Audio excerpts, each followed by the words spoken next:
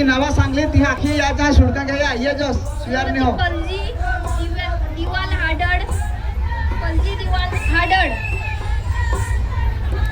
मसी रग्या हाडड लवकर लवकर या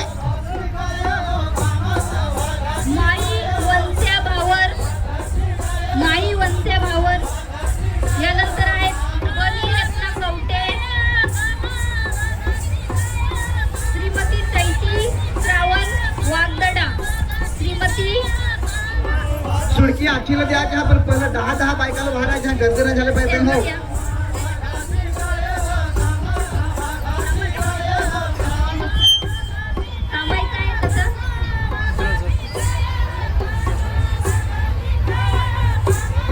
आज खास करून जो उद्देश आहे सुयारीणबाईचा सत्कार करायचा आहे. पूर्वीच्या काळी आपल्या आदिवासी समाजामध्ये शिक्षणाचं प्रमाण फार कमी होता. आपल्याकडे पैसा नाही, गरिबी ही सर्वांच्या समाजात गरीब होता. परंतु अशाही गरिबीमध्ये ज्या आपल्या आया बहिणी आहेत ज्यांना आपण सुयारीण सांगतो त्या पूर्वीच्या काळामध्ये कोणतीही सोनोग्राफी मशीन नव्हती किंवा कोणताही एक्सरे मशीन नव्हती.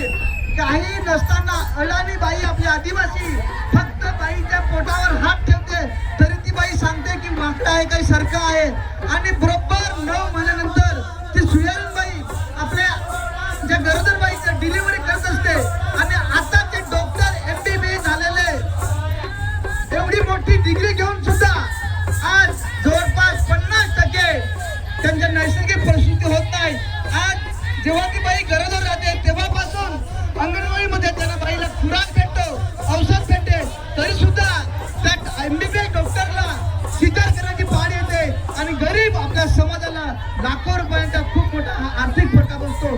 आणि पूर्वीच्या काळी ज्या आता म्हाताऱ्या बाई आहेत आपल्या बाया आहेत त्या बाया अशिक्षित असून सुद्धा कधी पण कोणत्या पण बाईला सिद्धार करण्याची वेळ आली नाही.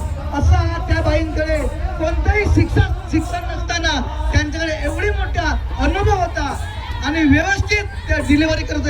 आणि खास करून हाच या वर्षाचा उद्देश आहे की ज्या आदिवासी समाजामध्ये ज्या आया बहिणी आहेत सुयारणी आहेत त्यांच्यावर विशेष करून आज आपण इथं